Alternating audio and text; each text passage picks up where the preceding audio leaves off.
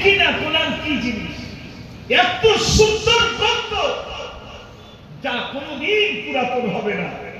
যত পড়বেন যত পড়বেন যত পড়বেন তত বান্দার জন্য নতুনত্ব হয়ে যায়। যারা বলুন না সুবহানাল্লাহ।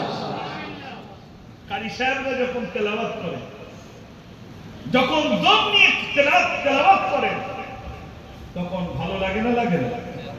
কিন্তু বড় দুঃখ, একটা জায়গায় জলসায় গেছে, একটা কারি সাহেব কেরাত করছে, জানেন তো সামনের দিকে একজন বয়স্ক, তিনি বলছে বাবা একটু বাংলায় বলতে বলে, আমি কিছু বুঝতে পারছি কারণ সে কি বাংলা জিনিস নাকি?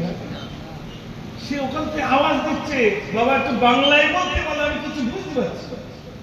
আমাদের একটা সিস্টেম আছে, বেঁচে থাকতে কোরআন শুনতে চাই না, আর মরণের পরে কোরআন না শুনে বাড়িও যাই না। তারপরে মরণের পরে মাতাদেরকে কোরআন পড়তে হবে ভাই? আপনাদের দিকে পড়ে না? পড়ে না? হ্যাঁ, শুনে আসেন বিভিন্ন সব ইমাম সাহেব এসে পড়ে, মানে তখন ইমাম সাহেবের আসতে হয়। বেঁচে থাকতে ইমাম সাহেবের কাছে গিয়ে একটু বলি না যে একটু কোরআন শরীফ শুনি, কোরআন শরীফ কি আছে না আছে কোনোদিন ভাবিও না, চিন্তা করি না, গবেষণা করি না। সূরাতুল ফাতিহা এটাও আমরা সহি শুদ্ধ করে তেলাওয়াত করতে পারি না, এটা আমাদের ব্যর্থতা। ঠিক কি না ভাই? সূরা ফাতিহা পড়তে পারি না। আপনি যান আরব ভূমিতে গিয়ে দেখেন, প্যান্ট পরা, শার্ট পরা, মাথায় টুপি নেই, এত সুন্দর কোরআন শরীফ তেলাওয়াত করছে। আমাদের এত বড় দাড়ি, এত বড় জামা, তাদের কাছে আমরা হেরে যাই।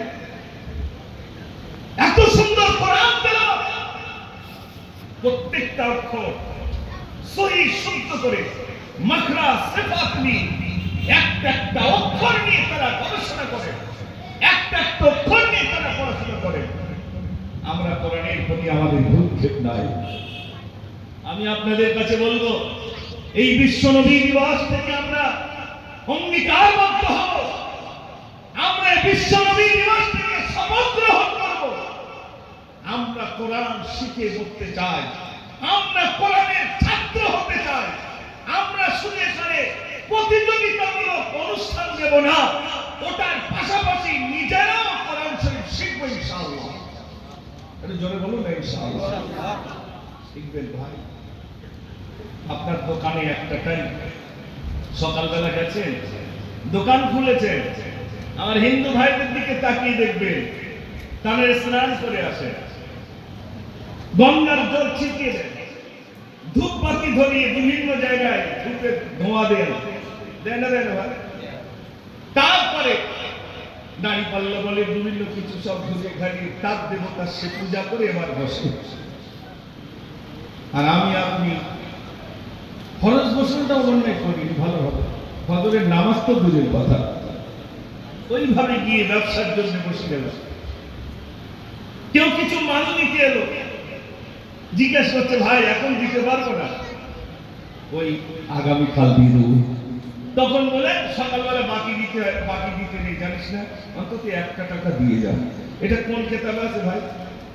সকালবেলা বাকি দিতে নেই 1 টাকা দিয়ে দেয়, কোন কেতাবে আছে নাকি? আমরা বলেন না। কিন্তু আপনি যখন কোন জিনিসে শুরু উদ্বোধন করবেন বা বলবেন শুরু করবেন, তো কোরআন দিয়ে আপনার শুরু হয়ে যায়, সারাটা দিন আপনার ব্যবসাটাও ইবাদতে গণ্য হয়ে যাবে। জোরে বলুন সুবহানাল্লাহ। আপনার দোকানে কোরআন তেলাওয়াত হোক, কমসে কম সূরা ইয়াসিন তেলাওয়াত হোক।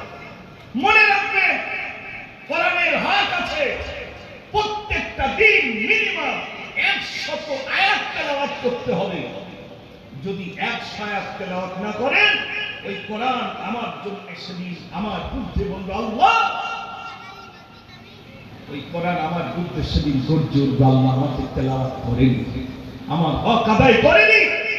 শুধু বিভিন্ন মাদ্রাসা তালেবাদেরকে এখানে এনে তাদের যেমনি উদ্বুদ্ধ করানোর জন্য তাদের হাতে আমরা বিভিন্ন কিছু তুলে দিচ্ছি, সেটার সাথে সাথে আমরা আল্লাহর কাছে এই দোয়া করছি, আল্লাহ তুমি আমাদেরকে কোরআনের ছাত্র করে দিও। আমরা কোরআন শিখে করতে চাই, আমরা যতদিন না কোরআন শিখবো ততদিন তুমি মৃত্যু দিও না। আল্লাহ তোমার পাক কালামুল্লাহ শরীফ তেলাওয়াত করতে করতে আল্লাহ মৃত্যু নসিব করে দিও। বলুন আমিন।